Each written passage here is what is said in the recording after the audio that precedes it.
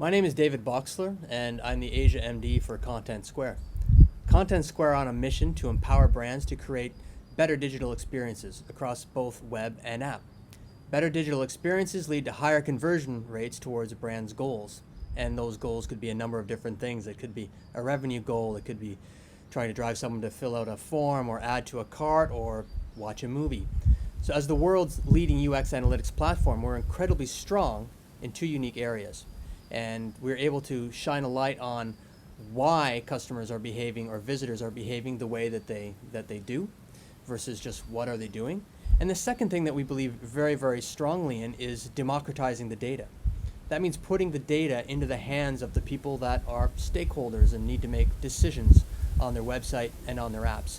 And we do that in a very easy to understand and intuitive way.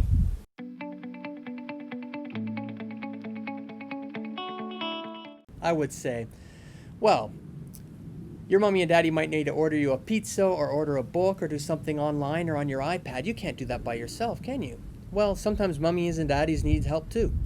And what our job's to do is to make it really easy for them to do all those things. So they can find the right book, find the right movie, get the right toppings on your pizza, and make that really simple and fun for them.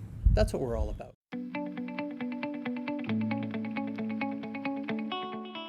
The entire team at Contentsquare is super proud to be a part of the Next 40.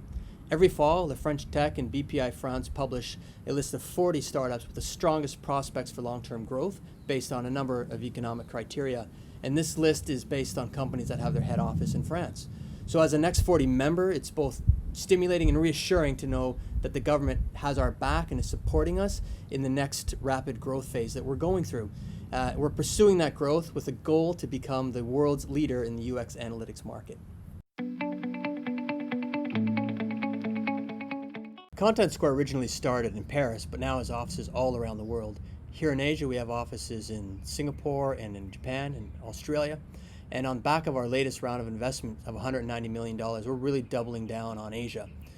We believe that Contentsquare is really well positioned for growth here. So we cater exceptionally well to the really large enterprise customers that are already very data-driven, but also to those companies that are really taking their first steps into a data-driven journey. I first moved from Canada 17 years ago to just for the adventure and to learn, right? And after 17 years, I'm still here, I'm still learning, and I'm every bit as excited about Asia as the first day I arrived. For starters, not a snowflake in sight here in Singapore. But in that time, I've always been focused on selling or helping or consulting to marketing organizations or marketers, and it's always been data-driven. So whether that's ad tech or martech, it's always been my passion and my career path.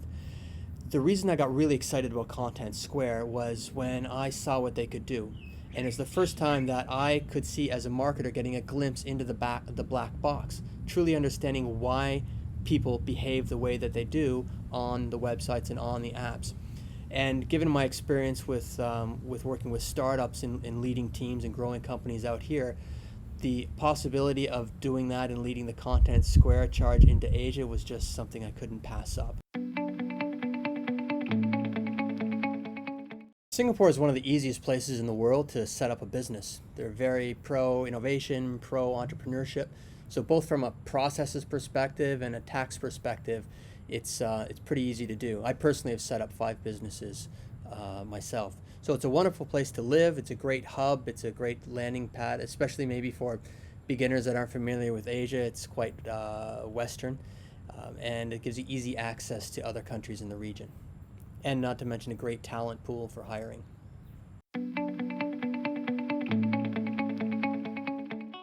We need to accept the things we can't change and focus on what we can. So we've had to move hugely towards an online way of running events and holding meetings, like many other people. The interesting thing during these times is e-commerce on the average, when we look at the data of all of our customers across the world, traffic and transactions have increased on average by 150%. That's not even taking into account maybe the retail, that's the 300 and 400% increases. So we're extremely busy. My team's currently spread around the world. They can't even move to Singapore at the moment, so we're dealing with that. So they're working some pretty strange hours, but we're all adapting and we're getting through just like our customers are.